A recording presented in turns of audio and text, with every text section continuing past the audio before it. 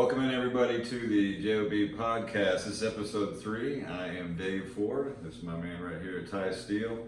And right off the bat, want to put some big thank yous out there for the biggest week we've had yet. And obviously we're still very young in the game. But you guys are showing your support and we can't thank you enough for that. We put out 5 videos this week.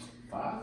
We did. You got 3, I got 2. And usually we're keeping score, but this one we all win. You know, this one we all win. And just a recap of what we did, we talked about single dads, what that's like to go through that situation. We talked about don't quit right when God is about to bless you. That was my favorite of the week. I give you all props in the world for that one. In fact, give it up here, dude. Yeah, that's awesome. When I pulled that up, dude, I needed that. I needed that right in that moment. And so I thank you for that. And we also did only look back to see how far you've come. That's one that is very near and dear to me. We also did I Am the Father. That was Ty's first one of the week, talking about what it's like to be a step-dad, step-parent, but take the step out of it and include all of the children on equal footing. Very, very good. We're both in that situation, and we love it. And Ty finished it yesterday morning when he had his daughters Kiki and Janaea to his right and left, and man, was that entertaining. If you haven't seen it, guys, please tune in. It was good stuff. It warms your heart, and he gets to feature what kind of father he really is, and it's real laid back, and I loved it. Real quick before we jump in today, Ty, go ahead. We wanted to go ahead and say something about what took place yesterday. I guess you can leave that on out. Just that shooting yesterday, both of those shootings, to wake up and hear about another shooting was beyond, it was beyond devastating. And I'm really feeling some type of way about it. My feelings are definitely hurt. My thoughts and prayers are with everyone. These situations right here, they gotta stop. The shootings in Texas, the shootings in Ohio, the shootings in Florida. I mean, we only address those situations when they happen, and I feel like after a while, the media, everybody's going to forget about it, and it doesn't need to be forgotten about. We've definitely got to talk about those and get a dialect going. What can we do to stop all of this? We're in a swipe right culture, and or it's swipe up and down, and you're right, dude. Stuff like this happens out of nowhere. There's no rhyme or reason to it. Mass shootings take place, and usually they are premeditated. Yes. And it's almost always somebody who is deeply troubled and does have a lot of things on their mind, and it's turning out that they are young, not young, but in teenage years, between 15 and 19. Yeah, they're throwing their lives away. With school approaching too, I think it's worth noting that we can put this out there as being teachers and coaches. And although we're not going to be in the classroom this year, I'm going to look straight at the camera right now and say, for you students out there, for you kids, please treat each other better. Yes. We talked about this in our classrooms every single day last year, and these are part of the reasons why these shootings are happening. Yes. It's devastating. These young men woke up yesterday and they made a decision that impacted thousands of lives because it's a domino effect. And actually 2 of them, I believe, lost their lives yesterday. There's only one of them that made it. He's a suspect. That's the one that's in El Paso, Texas. And the amount of lives that ended so quickly is tragic. So again, thoughts and prayers out there. And when you say, what can we do? I believe this is the most powerful thing that we can do, what we're doing right now. Continue to talk. Address it. Absolutely. Continue to talk and address it. Everybody needs somebody to talk to. A lot of people feel anger or they're upset or they're hurt about certain things, but it just needs to be talked about. We've got to talk about it. It does, and like we said in our mission statement, start the conversation, and that's what we're doing today. And stuff like that is it does give you terrible flashbacks to Columbine, which is the pioneering version of what we know as mass shootings. Yes. And of course, that was 20 years ago. And it seems like yesterday.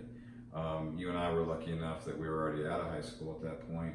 I never experienced anything near to that level in high school. There was one gun that was apprehended when I was there at Land Lakes High. Shout out to Land Lakes High School. We had some bomb threats, but they were by some goofy kids who just wanted attention, and nothing ever really happened. Did you ever have anything that was serious? I remember being in high school, being at the Rutherford High School. We had an incident where a young man, good friend of mine, he was down the road from school, like lunchtime, he was able to walk off campus. Yeah. Him and another kid got into a fight, and he was getting the best of that kid. All of a sudden, he pulled a gun out, and my good friend TJ, he took off and was running basically down the alleyway, and the kid shot him in the back several times, killed him, and the jury system, they decided that it was self-defense when he was running away. I don't know how you can say that's self-defense. I remember being in that gym after it happened. You could hear a pin drop in the gym. Yeah. It was just that quiet, and we were all like, man, what is going to happen?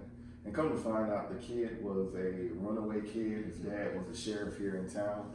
He had ran away, stole his dad's gun. Dad never reported him missing. So he was walking around with a gun on school campus for God knows how long. Yeah. And this situation just turned out real bad. I still think about TJ daily, man. I mean, it's something that's got to be done. Something's definitely got to be done. We got to start more conversations, more dialect about that. But shout out TJ's family. He is definitely missed. Real good guy. And kids, we all got in fights at school. Never in a million years would we thought back in like I think it was 94 or 95, one of those years, I forget the exact year, that a kid would get shot at school. No, and it shouldn't happen, but it's been happening for decades. It's been going on for a long time. Oh yeah, beyond. And it's not just political. It's not about gun control. It's you have to have people that pull the trigger. Yeah. And that could be a conversation that we do for another day. Maybe when it becomes election year next year, which I'm sure we'll have no shortage of material leading up to that. That is true. So yeah, we'll put that on the back burner. As we did hype, kind of low scale though, because of the subject matter. Ty, is today's subject is domestic violence and verbal abuse. Yeah, domestic violence it's a thing that's really not talked about. I experienced domestic violence as a child for many years. Matter of fact, I can still hear my mom's screams in my head. She's calling out my whole name. Go call the police. Go call the police. And back in those days when we grew up in the projects, we didn't have telephones. We was, me and my mom, we was just barely getting by. But I could hear those screams even now. It'll wake me up. I can hear her screaming my name. And it was always, she would wake me up out of my sleep. Ty, go call the police. Go call. I would wake up. I kind of left my window cracked because I was expecting it. And so before my mom's boyfriend could get to me, I would crack that window and I was running 100 miles per hour over to the next two project buildings to use the phone. This happened at any time at night, 3 or 4 o'clock in the morning. I know it had to be scary for the lady, for me to be beating on her door, saying, can I use the phone to call the police? My mom is being beat.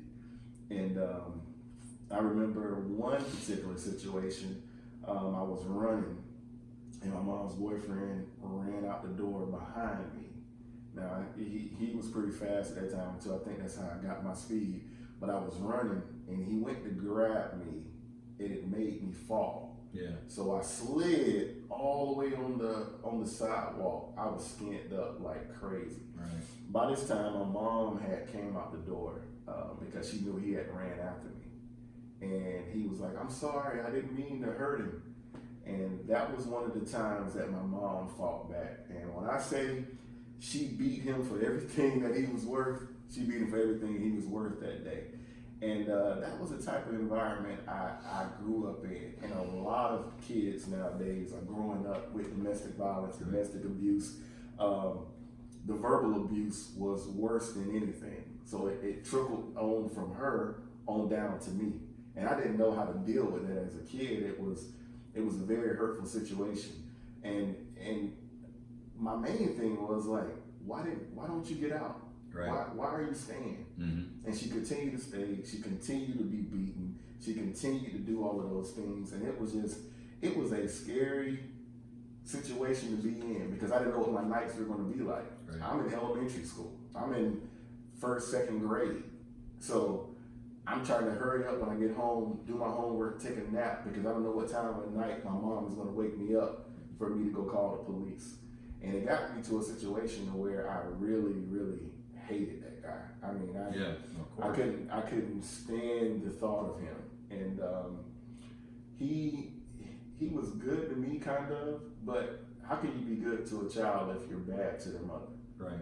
So we had situations where he was great in math, but I didn't want him to teach me anything. He was great at reading. He was very educated. You had too much of a bias because of the violence. Yes, I didn't want him to teach me anything. Right. So here I am before elementary school. I'm teaching myself how to read and write. I'm teaching myself how to do math. I'd rather do my homework on the railroad tracks on the way home before I get there because I don't want him to help me with it. Right. And it was maybe my stubbornness, but I did not want to be around that situation at all. So I removed myself so far from him. And the more my mom stayed, the more I began to kind of like resent her. I didn't want to be around her because I'm like, why are you staying? Before he came, it was just me and you, and we was ride and die. We was together. It was me and we played. Now that he came, now we're dealing with drug issues, we're dealing with verbal abuse, we're dealing with domestic violence.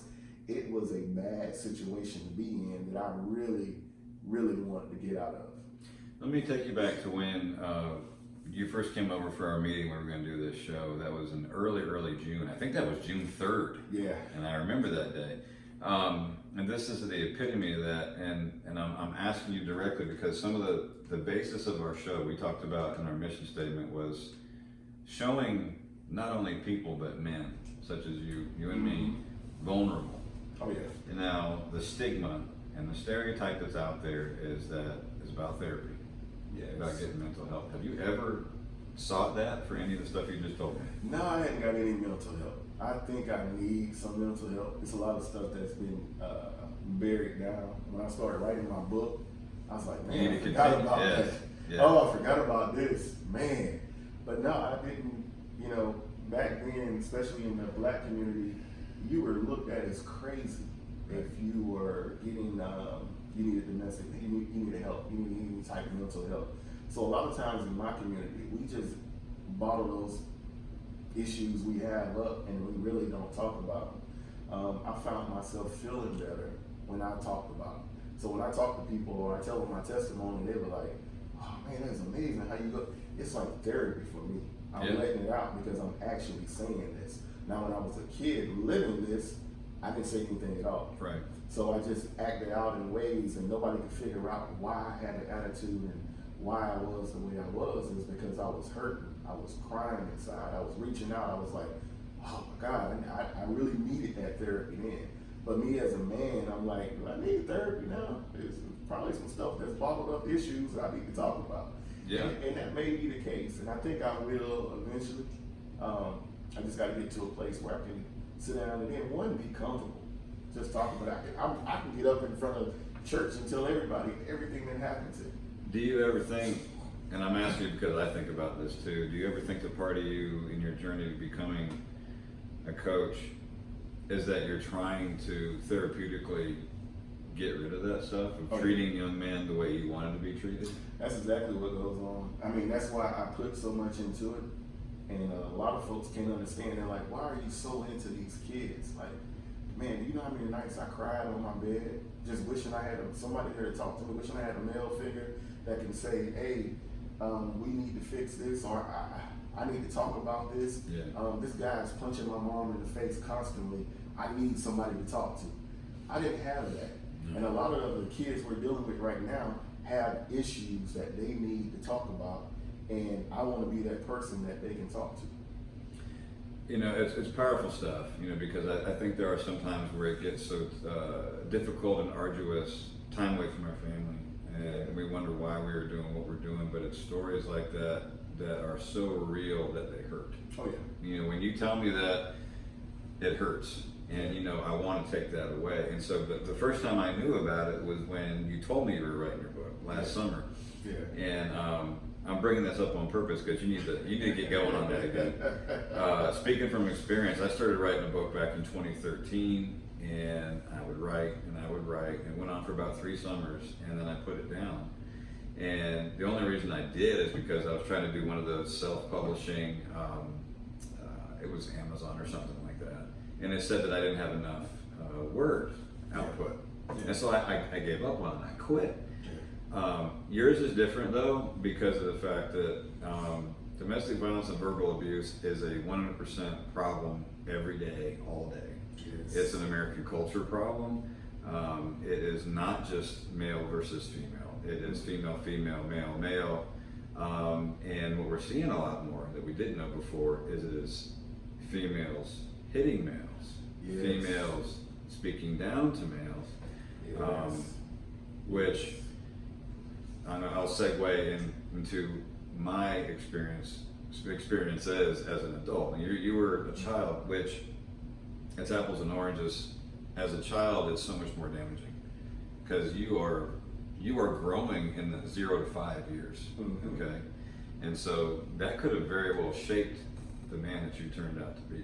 Yes. And because of purposeful choices that you've made some very intentional choices in your life, which intentional is a very powerful word for males because, it is, because we can use that excuse, because of what I went through, this is why I am the way I am. Exactly. And you didn't do that, and I applaud you for that, I respect you for that. Mine took place,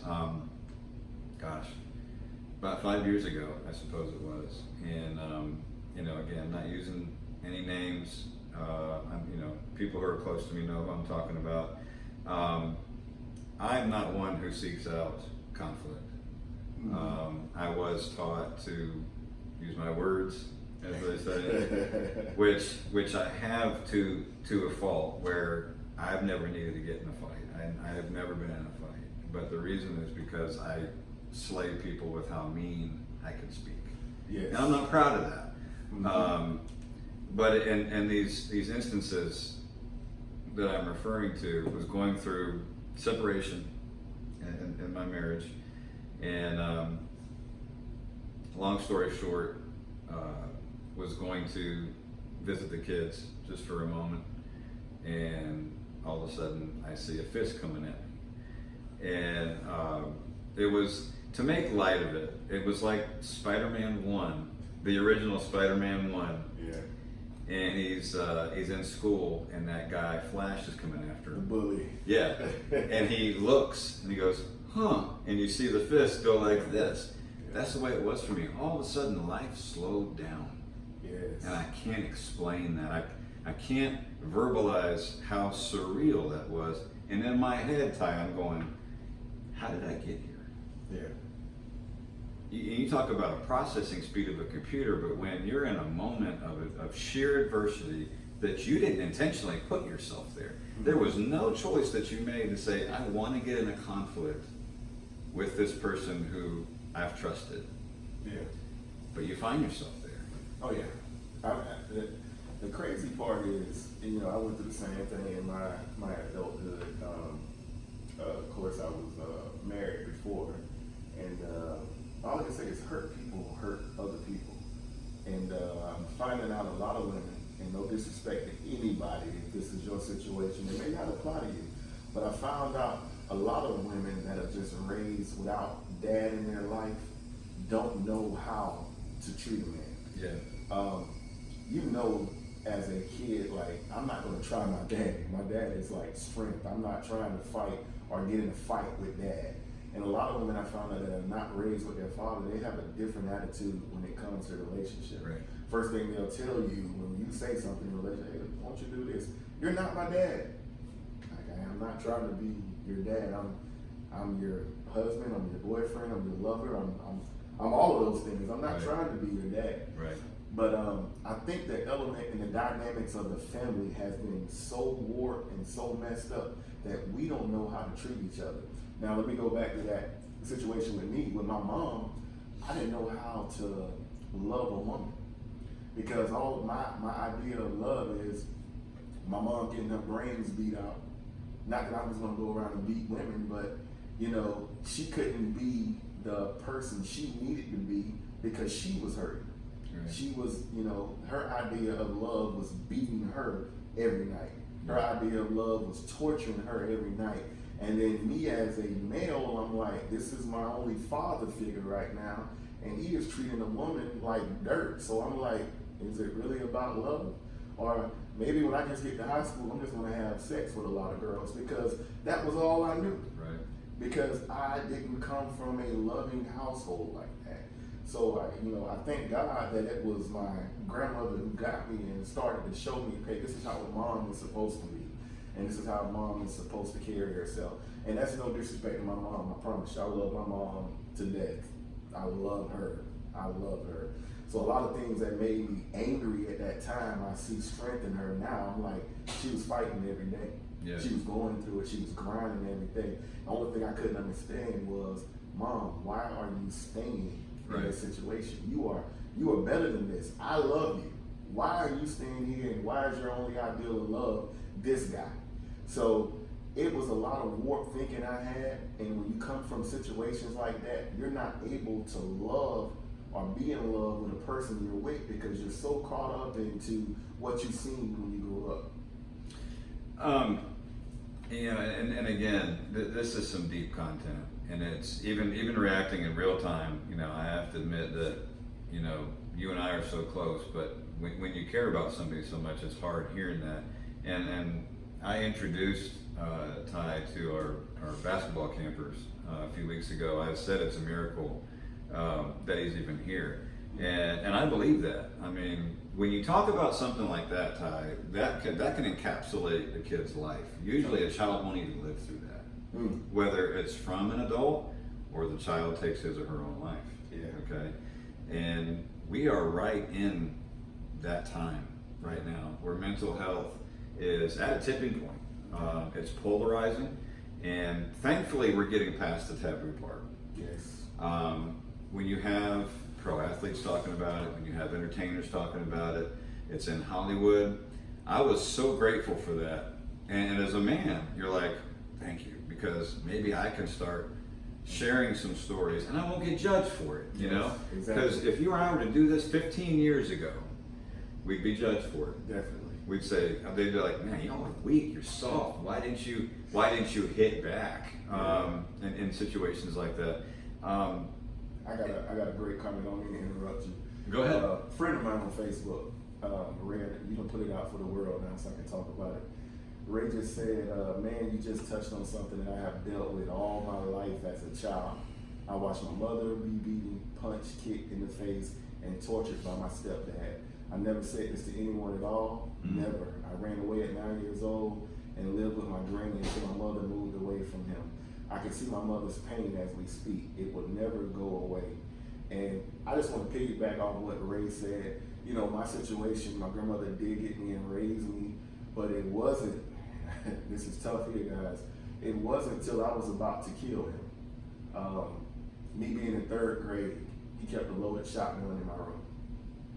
I couldn't hold the shotgun by myself. I had convinced one of my friends to hold the shotgun. Oh, wow. And I said, you hold one end, and I'm gonna pull the trigger as soon as he walked through the door. And you were how old? I was in third grade, so I probably was like 7, 8, 9, something like 8 years old. Wow.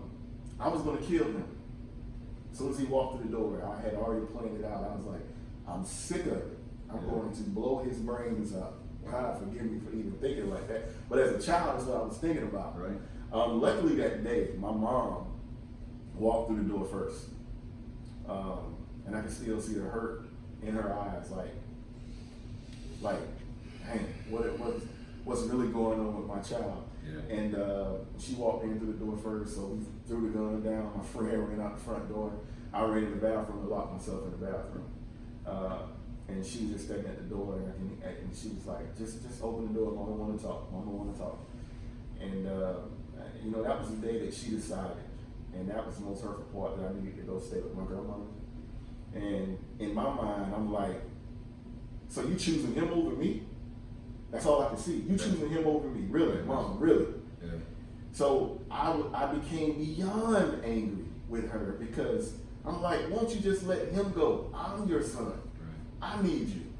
You don't forget all that. I need you.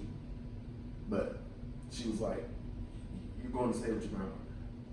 And it took me a while to adjust to that situation. I look at it now. I can't look at it back then. I look at it now. She was helping me. Yeah, absolutely.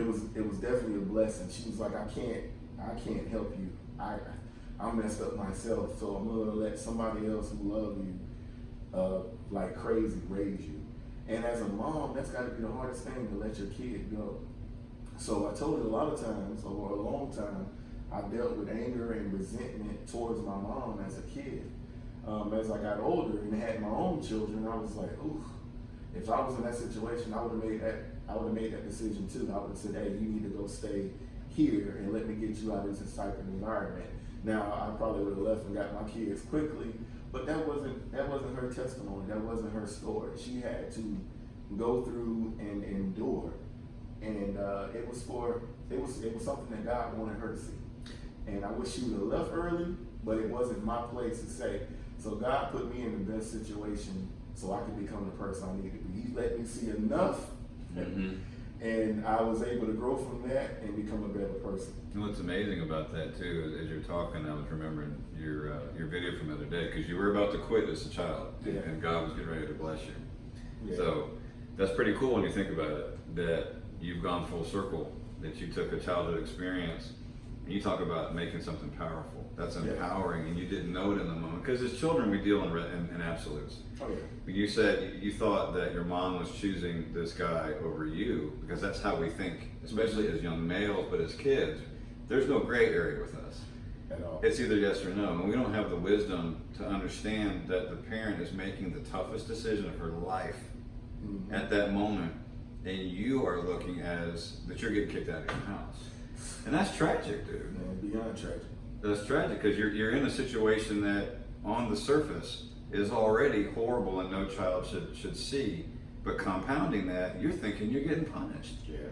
You know?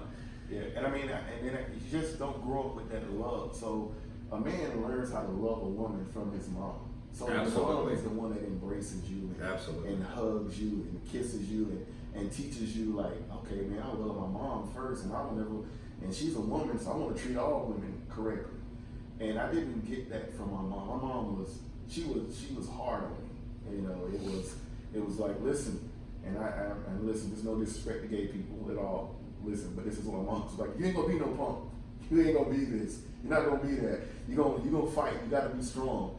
And I was like, okay, I just need love. I need a hug. I need to know how to hug and interact with people. And my mom was just so tough on me. I remember a certain situation, and like she was always there to protect me. And that's the part I didn't understand. Yeah. My mom was, all right, if you're gonna get in a fight, you're gonna keep fighting until you win. Or if somebody hits you, you're gonna hit them back. You're gonna find anything you need to do. You're gonna win that fight. You're gonna keep fighting. You're not gonna back out of it. So it was one situation, me and my cousin, Flint Rock, Corey Carter, we was out breakdancing. We was having a great time breakdancing. And had our little boxes out, we was spinning. This older guy came, I think we had to be about 6 years old. He was like 18. He came over with some nunchucks and just boom, hit me dead in my stomach with the nunchucks and like kicked me. I got up and I took off running and I ran to the house. And all I could think about was like what my mom would say. So I straightened my face up, I got all the tears out of my eyes. I walked in the door and I went straight to the refrigerator. Well, one of the girls across the street came and she said, Miss Marianne, Tyler got in a fight. That boy beat Tyler up. I said, oh God, you got sold out. So my mom was like, what? And I was like, Mama, she's like, I don't care. So she takes me back out there and she said, you gonna fight him. So when she gets there, she realizes he's 18 years old. And she looked at him and then she looked at me and then she looks at him and she said, you hit my baby? And I was like, he was like, I was just playing with him. I was like, dude, you should have lied. Yeah. Next thing I know, she hit him with everything she had, dropped it, Whoa. right in his stomach. And she threw me those nunchucks, and she said, you better wear him out. And I beat up on her everything he was worth for those nunchucks. Oh yeah, because she's your mom. You're gonna do But it. she would not let me not fight. But she was there to protect me in those situations. And I didn't realize that then. Like I said, it took me getting older, having my own kids, and I was like, man, this is real. She loved me, but she just wasn't in position to raise me. So once I started separating that and saying, this is my mom, you know, most people, they get older, they want to tell their mom how they felt, and I'm going to get you, I'm going to do this, I'm going to tell mama she was wrong. Yeah. I was never that. I was like, Mama, I love you. Let's go hang, let's do this. Yeah. It's not my place to sit there and say you was a bad. She wasn't a bad mom. She was just young, and she wasn't in position to be able to raise a kid at that particular time. Well, sounds to me she did the best that she could. She maximized what she had in that moment, and she was a very, very strong woman. And dude, there's no manual out there on how to be a parent. There's not. And that was part of what we were talking about during the week with being a single dad, being a stepfather, and not putting titles on things. If you love the children, if you love the kids, we don't need titles. We don't need to say, oh, well, that's my biological kid and that's my step kid. No, you're either going to love them all the same. Yeah. Because if you're starting to put labels on people, well, then you're going to cause dissent in that family. But you talk about moms. I mean, I couldn't have had a better mom. Yeah. I was very fortunate that I never saw any man strike her. To my knowledge, that has never happened. Mm-hmm. If it has, I don't want to know about it at this point. I'm not trying to go to jail. I'm not, I don't want to. We from ridedown.com. Now we're gonna get them. Yeah, that kind of thing, and it's funny, my fiance Demi, she doesn't agree with me when I teach our boys that they don't need to start fights, but they need to finish them. Oh yeah, definitely. And that's not even a cliche thing. I mean it when I say it, because of the fact that it's that old military rule: do not fire unless fired upon. Yeah. Because there's no need to. It's that whole thing, don't start nothing, won't be nothing. All that, the talking trash. And I was never the first guy to talk trash in a basketball game. But if a guy started talking, I'd say, okay, let's go down the court. I'm going to hit one on you. He says, you won't do it again. I said, okay, here's part 2. If you want part 3, I got it coming. And then now you woke it up. Oh, yeah. But verbal abuse, let's switch gears. All right. Because we've talked about physical, which is more than enough and more than excessive. Verbal, though, Ty, I'm gonna argue that it's actually worse. Yeah. Because physical heals. Mm-hmm. We do wear scars. I have scars on me from physical abuse from that same person that I referenced earlier. Mm-hmm. It's the mental stuff, though, that when it's quiet. Oh yeah. And when you're doubting yourself a little bit, it comes back, Mm-hmm. and it always stays right there. Yes. That verbal abuse is terrible. You never forget verbal abuse, and it's something that you can't take back. Even along the lines of domestic abuse, I remember him getting drunk, and it would start off as verbal abuse, talking about how sorry a person was, or nobody's. And his main thing with her, with my mom, was he would try to use the fact that in her mind she wasn't a good mom. He would use that against her. Like, your own son doesn't even want to be around you. You're a blah, blah, blah, blah, blah, and just go off. And there's so many people, I talk to people daily that are in relationships where verbal abuse is going on. Like, I don't understand how you can say I love you with all my heart and lay up with you every night and everything, but then talk about just talk about you like a dog. Right.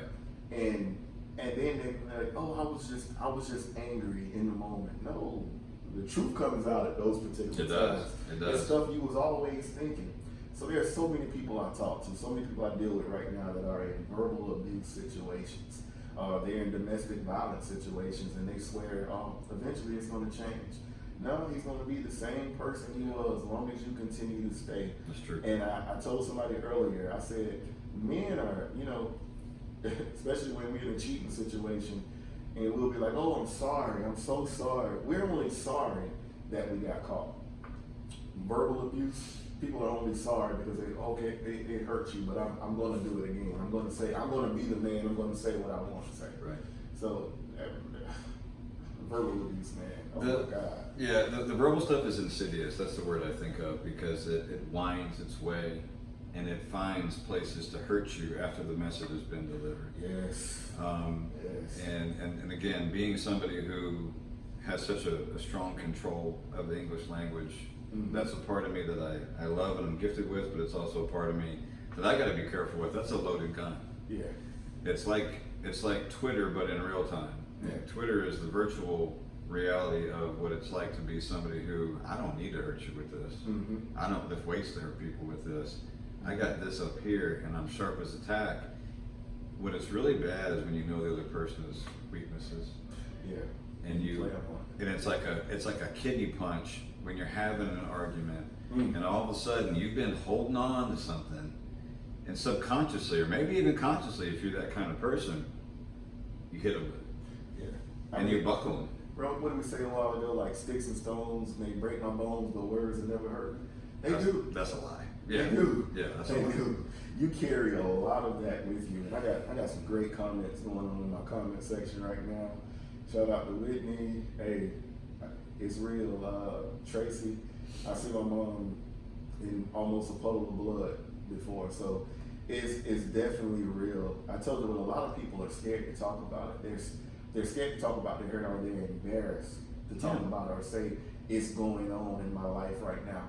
You got to be able to take those situations and deal with them head on. Yeah. I'm not for it. I don't want anybody to go to jail just to go to jail. No. But when you are wrong, when you like, what man physically just walks up to a woman and just hit a woman? I see kids nowadays, they don't know the difference between hitting a girl and doing all of those. Like, you teach your sons, don't hit boys. I teach my daughters, don't hit boys. You know, you don't want to step into a realm to where you're fighting a boy. Right. And then I seen somebody post, well, listen, I told my son don't hit girls, but if your girl hit my son, he's gonna hit your girl back. We gotta get out of that twisted thinking. Yeah. It's gotta be stopped. We gotta start dealing with those consequences, because you let him beat a woman now, imagine what he's gonna do when he get older. He's gonna think that type of behavior is accepted. Right. And then you're ruining some child's life. Everybody's not going to take the pathway that I took. He might grow up and be a person that's going to constantly beat women. And I know a lot of those women don't want to see their young men or their sons go to jail. It's bad. Well, like I said, you're a rarity, dude. You know, and you're very humble, and I appreciate that. And I think you have some very important people in your life that helped you get there. Because we never get to where we're going on our own. But it's a testament to you. And I appreciate that about you, because, you know, again, my examples pale in comparison, and I think I was very, very fortunate with my childhood. I went through a divorce at 7 years old, but that was the worst thing that happened. Yeah. You know, and I'll take that over what you went through. Yeah. Any day of the week. My parents never argued in front of me. I didn't even know my dad was leaving until the day he left. Yeah. To my discredit, I wasn't able to hide my kids from discord that was going on in my house. I didn't do a good job of that, because I do have a temper that can be volatile. And I tell my kids, I work on it every day. And I'm not kidding. I work on how I speak to everybody that I come into contact. It's a lot of work, because you can't just use that excuse. I got a bad temper. It's the Irish. It's the Scottish in me. It's the English. That's an excuse, you know.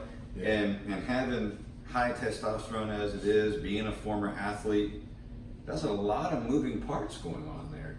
And when you talk about the strength of the mom and what she represents and how you treat women, again, I couldn't have had a better example than my mom. I have never laid a hand on a woman. I never will. And I've always said, that's not a man. Which I was about to say when you were saying that sentence, remove the man out of it. Because if you say you're going to hit a female, at that point, you're not a man anymore. Yeah, you're a coward. Yeah, you are. You are definitely a coward. Now, like I said, we've both been in situations to where we've had women who want to come in and fight us. But because we were raised right and we understand the magnitude of those situations, we never engage in that type of behavior. Right. I know my situation I was in many years ago, she would try her hardest to get me to engage in that type of behavior with her because that's what she was used to. Her past relationships were abusive. Right. So her idea of love was a male beating her. Now he loves me, he's beating me. Exactly. It's a warped way of thinking that has got to be changed. It's got to be talked about. And you're right, Ray. I mean, these teens, they think it's funny just to choke each other. I don't even see play fighting with your girlfriend. I mean, if you're gonna play fight, yeah, I got my hands down and she might pop me or hit me on my shoulder. That's playing, but a lot of that stuff can turn to the point to where it's fighting. And a lot of these teenagers have zero disregard when it comes to human life. Think about that. That's powerful. Yeah. They have zero disregards because in the video game they got 9 lives or 20 lives, so you get to come back and Call of Duty. That's Ty. That's definitely going to be something that I do want to talk about. The effect of video games and how it's replacing our reality. That will be something because you and I have seen that, man, directly in our classrooms. We deal with it here at home sometimes. But that's where you and I come in. That's where we have to have that positive influence and not so much yell at the kids, but say, look, I'm going to give you strategies to change this. Because in these formative years, and I'll get back, I want to get to that point where we just talk about that play choking, which is ridiculous and disturbing. But in these formative years, the habits that you're starting to form between the ages of 12 and 19, as a man, that's who you're going to be. Yeah, exactly. By the time you are 19, 20, you're not going to change a whole lot after that. You're done growing at that point. Your voice is not going to change anymore. Your physical looks are only going to change if either you gain weight or you lose weight. But up here and in here, it ain't going to change that much. And that's what's scary because, a case in point, what we saw yesterday were two of them that had decided that they were done. They had quit on trying to evolve and change and be better. That they had accepted that version of who they were, and they had that much hate and pain that they wanted to inflict it on complete strangers. That shooting was sad. I told you, a lot of teenagers now have zero disregard for their life or human life. We see so much stuff in the media daily. We're trying to build this. We're trying to keep these people out of America. We're trying to stop this. We're trying to stop that. A dialogue has been created, and a lot of folks will take that dialogue and run with it because they have zero disregard for human life. It's like taking the Bible and interpreting the Bible to be because you can take the Bible and you say, well, this is what this verse means, right, and you can stick to it. Right. And a lot of times that's not what it means. But we are teaching our kids to. Let's even go back to the verbal abuse. A lot of us are verbal abusing our kids. Yes. So our kids don't understand how to communicate with each other or how to talk because this child is used to their mom cussing them out every day to get a reaction. So that child, every person they talk to, they're cussing that person out. And then we're like, wait a minute, I don't even curse in my household. Where's my kid getting this from? Well, he's getting it from the influences that he's around every day. So a lot of times we are raising our kids to be able to raise somebody else's kids because every influence that comes around your child is not the right influence. Right. But if you are instilling the good things, the better things in your child, it could probably help another child along the way. I don't know about you, but like every kid that like comes over to my house is like my kid's friend. Absolutely. Eventually, they're like, oh, Coach Ty's my dad. All right, you're my dad. So a lot of these kids are screaming out for father figures in their life. I found so many students when I was in class this year. I'll be teaching class and they'll be like, Coach, they were like, Dad. I mean, Coach Ty, Dad. Yes. All the time. That's powerful stuff. And they're like, Coach, you're the closest thing to a father I had. You're the closest thing to a dad that's like right in front of me. I wish my dad was just like you. And that's hurtful probably to some of those dads, but you have to ask yourself, like, what am I doing wrong? And that's hard to handle. It's very hard to handle. Because you're there doing a job. Yeah. Yeah. And all of a sudden, what you just said, because I had forgotten about that. I'm like, yeah, that happened to me a couple times, and it makes you stumble. Yeah. I'm somebody who prides myself, and I don't stutter. I just deliver something right off, and I don't miss a beat. But Yeah. when that kid, boy and girl, happened, Yes. saying when they stuttered, Dad, and you're like, whoa, Dad, Yeah. and you're like, wait a minute. And it's like that Kevin Hart thing. You can't just like drive by. What? Wait a minute. You know, subconsciously, you know, on the surface, yeah, you messed up. You just spoke out of turn. Oh yeah. But subconsciously, your brain says, we feel comfortable enough with this gentleman that we're gonna say Dad in that moment. That's powerful stuff. Oh yeah. That lets you know that what you're doing is so important and integral in their life. And it's a little bit stressful. Yes. There's a lot of pressure that comes with that. You're like, wow, I can't mess up. Yeah. You know, you feel like you have to be perfect. I'm glad you brought that up, because that's something I had forgotten about. Because you know, you and I, we just keep moving forward. Yes. You know, we don't stop. We hear something, kind of makes us do puppy head for a minute. We're like, wait, what? Okay, Mm-hmm. we'll deal with that later. And then you just keep going. To the whole fake choking thing, that I hadn't heard about that, but now that you bring it up, I'll just say this. It'll be a real quick point. If you're going to play like you're going to do it, usually something that starts out as playing turns into something serious and then becomes a habit. Yes. Why start in the first place? It's the same thing when you're talking about drugs and alcohol. If you have any kind of doubt in your mind that you can control yourself, don't do it. Yes. Because you will lose. Yes. It's something as simple as a soda. If you think that you can't ever put soda down one day, then don't open that first can. Mm-hmm. It's anything. I mean, if you know who you are, if you're self-aware enough to understand, I know my limitations, then don't start something that you may never ever get out of. Exactly. Okay, and that encapsulates everything that we're talking about today.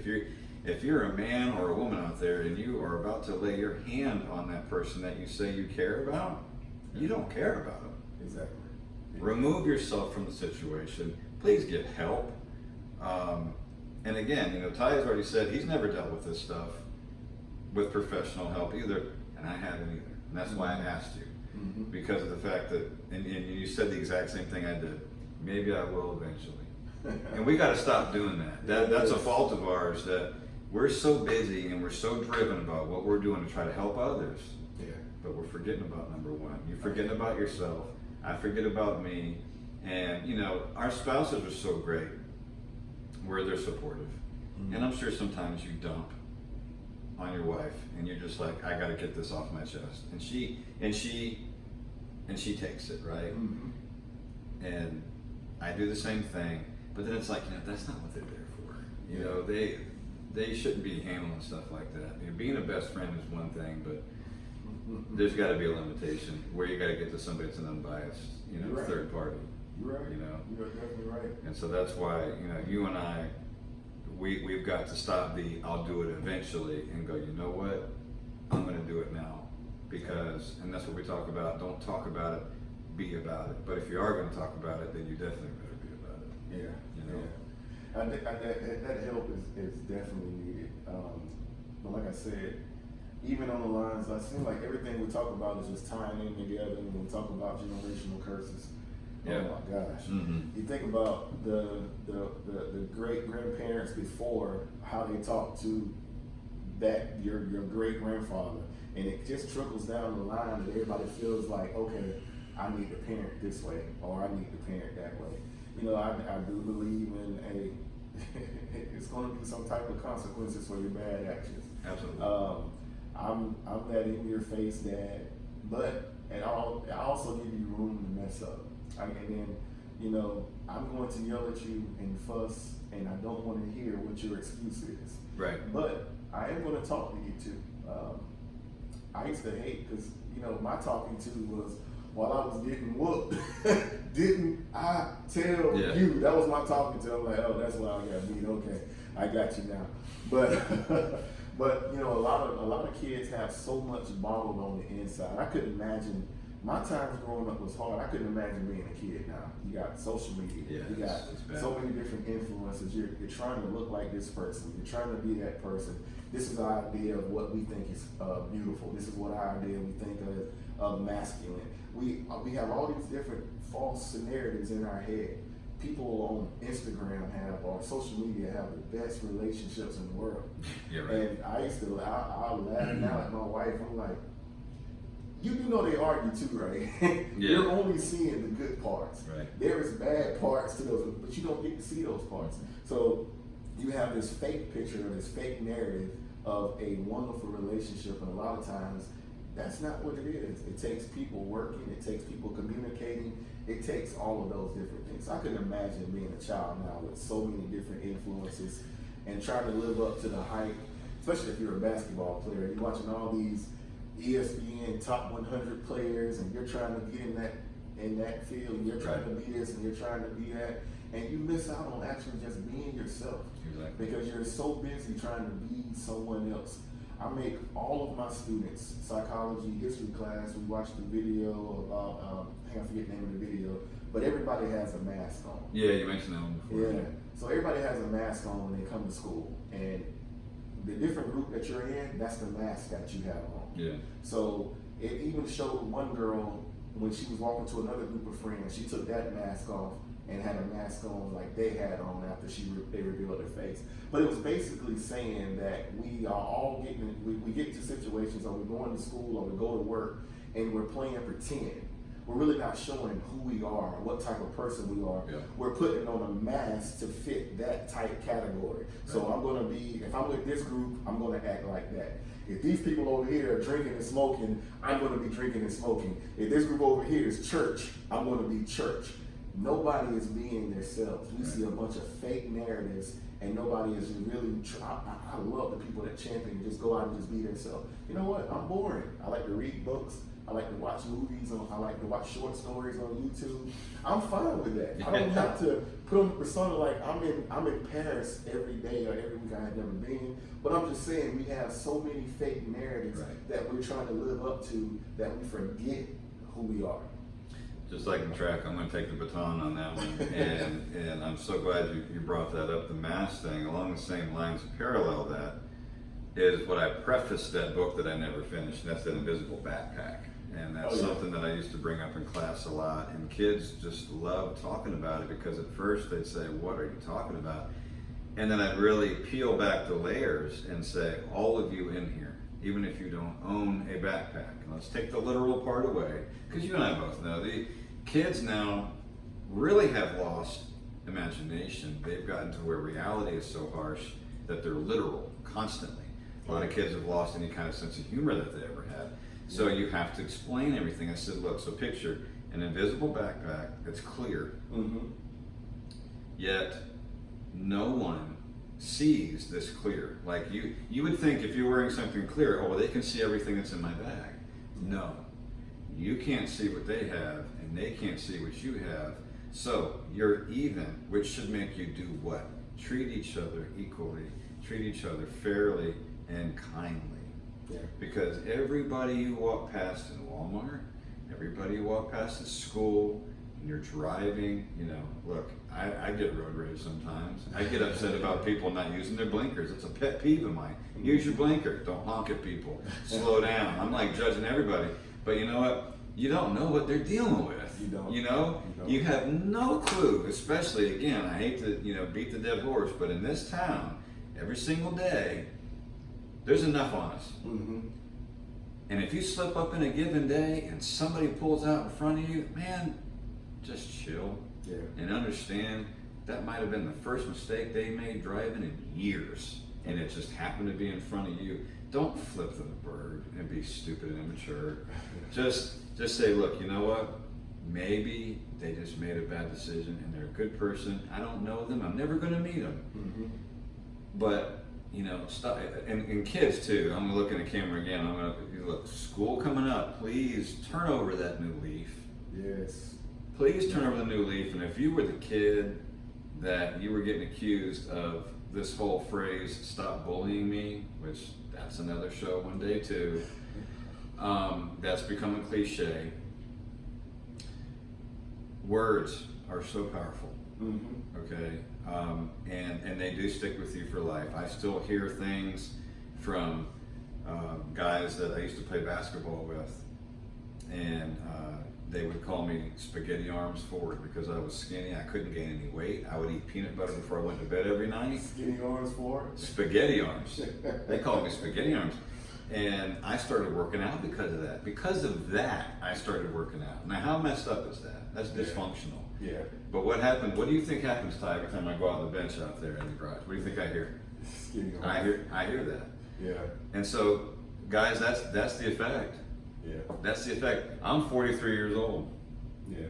I'm 43 years old, and I still am affected by that to this day. I got a great question over here.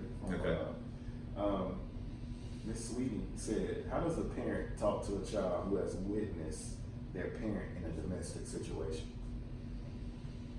Listen, Yeah. I think that's just my initial reaction is try to be the very best listener that you possibly can. I think that goes for listening to children. I think that goes for being in a relationship. I think when you are invited to speak by that person, that's when you share your advice. Yeah. I learned that I took several classes on that in college, but you talk about life experience. I have used that to my advantage to help so many adults and kids alike. Because if you are an A+ listener and you show you're an active listener Mm-hmm.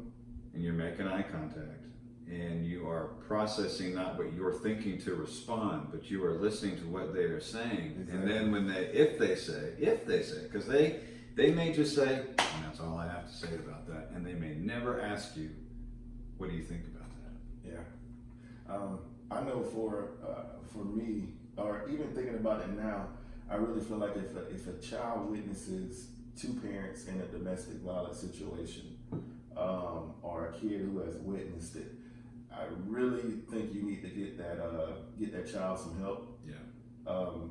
Mainly because kids are they're gonna reenact what they see and what they do. They will. I was a cursor when I was a baby because my parents cursed like crazy. So I would go to my grandmother's house and say every conversation they had. Babies love cussing. Yeah, I would have the whole argument that they had in front of my grandmother, and she was like, "Well, I know what y'all talking about over there." Mm-hmm. But I definitely feel like, Miss Lee, that child, it needs to be talked about. A lot of times we don't talk about things. We don't talk about those things at all. So our kids witness a lot, and we don't talk about it. Right. So the first thing is to address the situation. Then I would definitely say that you need to get counseling for you and that kid or your child or that parent.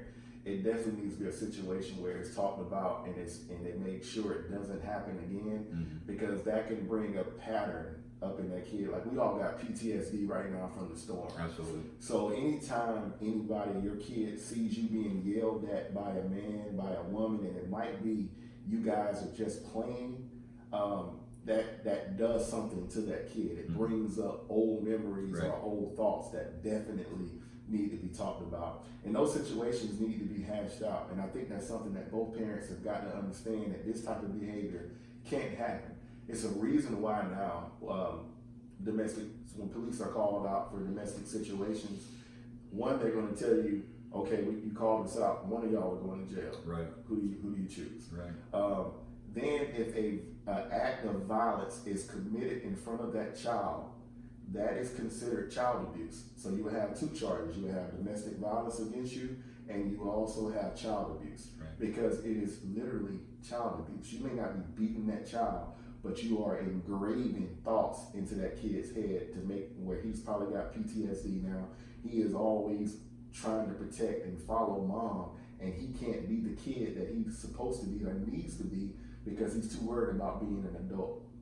If that makes sense. I hope I answered your question on that. I also have another question. It's by Mr. Frazier. You asked me, have I forgave my stepdad? Yes. He has passed on and went on. He passed about 2 years ago, and my grandmother raised me not to hate. I don't know how to hate. I can hate situations, Right. but as far as hating people, no, I don't hate them.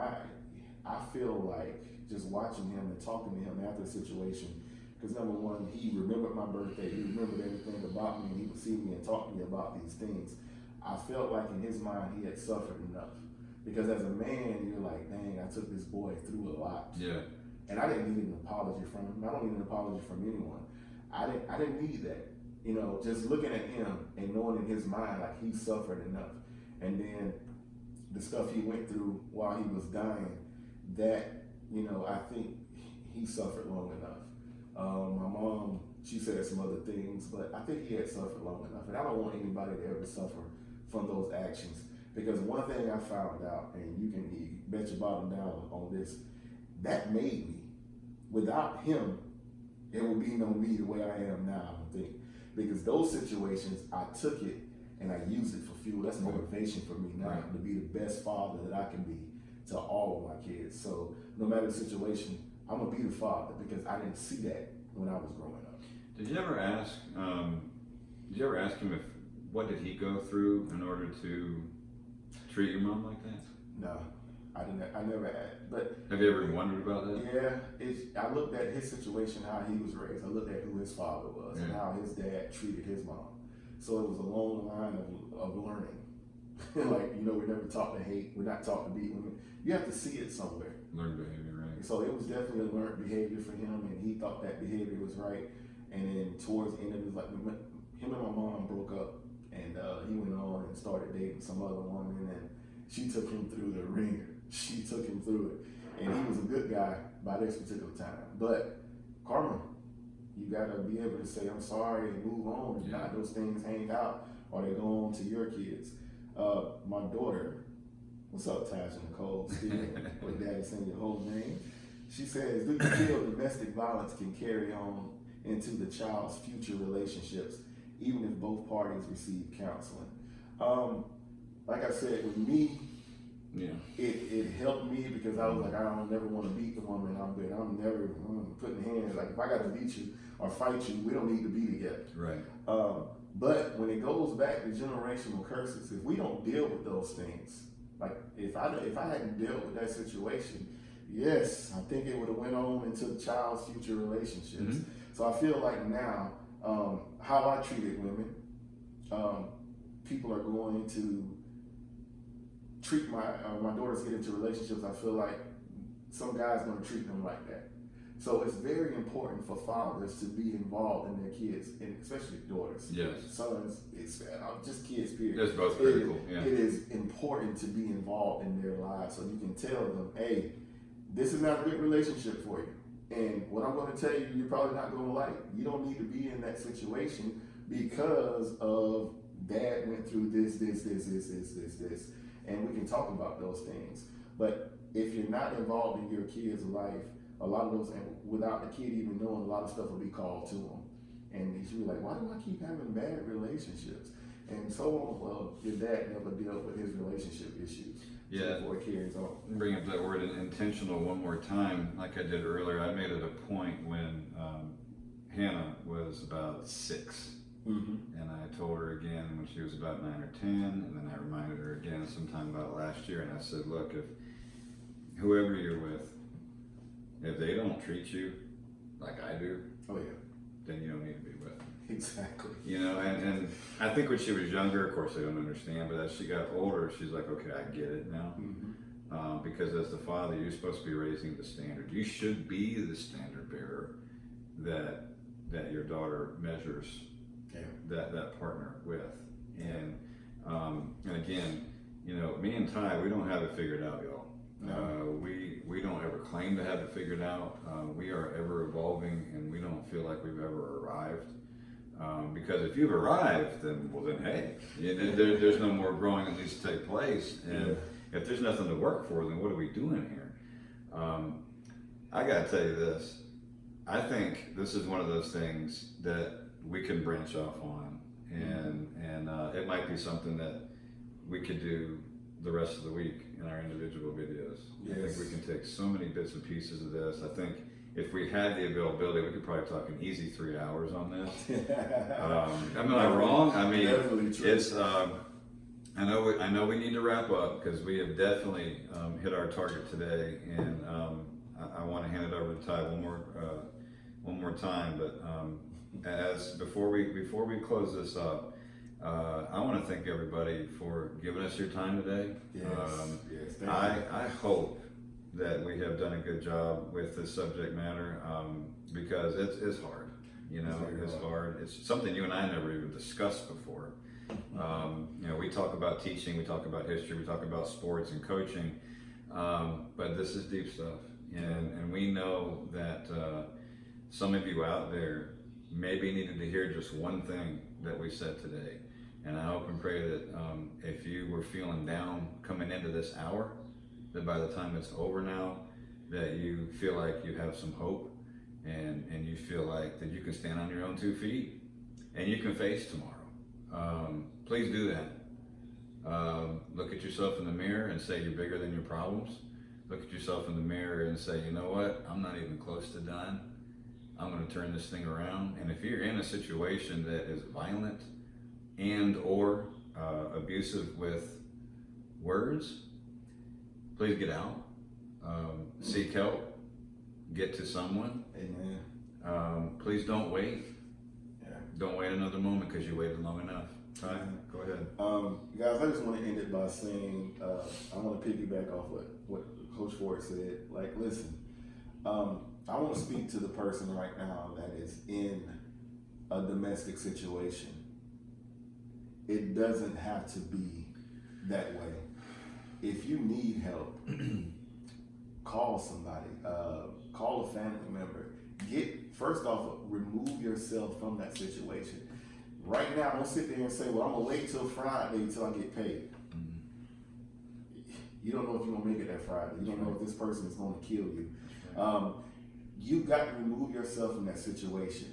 Get your kids in a better environment and say, you know what, I love y'all enough. I love y'all more than my relationship. That's a whole other story right there. Yeah. People that forget about their children because of their relationship. But remove yourself from that situation.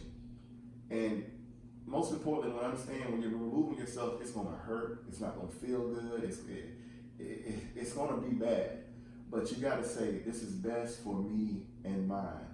And don't make the mistake of hopping back into another relationship. They say the best thing to get out of a relationship is to hop into another one. No, you're going to need time to heal. You're going to need time to forgive. You're going to need time to get yourself together and say, okay, I got to work on me. What was in me that somebody would want to beat me and physically abuse me, and why would I allow that? Right. You got to get to a point where you love yourself. I love myself enough to, I'm not going to let anybody hurt me. No. I'm not going to do those things. So remove yourself from that situation. And then look at it from a different standpoint. It's like, I am beautiful. I am somebody. I've been verbally abused for so long. And that's why I say don't hop back into another relationship immediately, because the new relationship, you're going to hear all the things that you've been wanting to hear for so long. And then you realize that's probably not the relationship that I was supposed to be in, but it's too late. You've wasted too many years into bad relationships because you haven't taken the time to heal. You want the microwave relationship. You want to say, oh, new relationship, let's put it in the microwave and let's warm it up. Right. And then you have to keep putting it in the microwave and just warm it up instead of waiting on what God has for you. So I encourage you today, if you are in a bad situation, you are in a bad relationship, verbal abuse, people talking to you like you're crazy, I encourage you today, get out, remove yourself from that situation. Look at it with a different set of eyes. Tell yourself you are important, you are loved. I can't tell you how many times my mom was told, nobody loves you, nobody wants you. And that's a lie. That's a lie. That's a lie straight from the gates of hell. You got to believe that you are somebody. And a lot of people that just sit there don't feel good about themselves. So this is what our podcast is about, feeling great about yourself, saying I'm willing to turn. I made some mistakes in my past because I make them all the time. We are not perfect, but just waiting for the turnaround in all our situations. And I thank y'all for joining me today. Thank you for joining the J.O.B podcast. Coach Ford, I think this is one of our best ones yet. Oh, man. 3 words, you are enough. For Ty Steele, I'm Dave Ford. Thank you for tuning in today. Much love. Thank you so much. Like and share, do all that cool stuff. Best believe we're going to be posting this on YouTube very, very soon. Y'all be blessed. Have a great day. Finish the weekend on a high note. Stay safe. God bless. God bless y'all.